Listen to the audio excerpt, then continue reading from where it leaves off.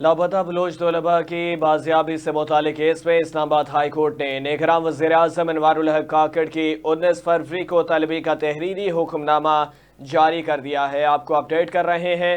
Islamabad high court के justice Mohsin Akhtar Kiani ने तहरीरी हुक्मनामा जारी किया। तहरीरी हुक्मनामे में कहा गया है कि वज़ीर-ए-आज़म पाकिस्तान, वज़ीर दाखिला, वज़ीर इंसानी हुकूक और वज़ीर दिफा 19 फरवरी सुबह 10 बजे अदालत में पेश हों। मुतालिका वजारतों के सेक्रेटरीज भी ज़ाती हैसियत में अदालत में पेश हों।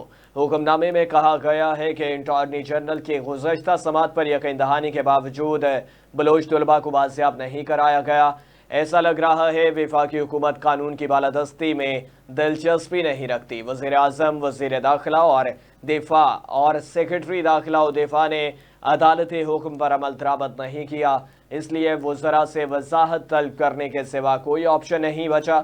अदालत ने कहा कि वज़रा बताएं बलोच तलबा को बाजियाब ना करने पर उनके खिलाफ एक्शन क्यों ना लिया जाए। ये पहलू वज़ीर-ए-आज़म, वज़ीर दाखिला और दिफा और दोनों सेक्रेटरीज को कंडक्ट का मुरतकब बनाता है। और इसमें हुक्मनामे में यह भी कहा गया है कि अहदेदार मुआशरे के खिलाफ जुर्म में शरीक कार हैं।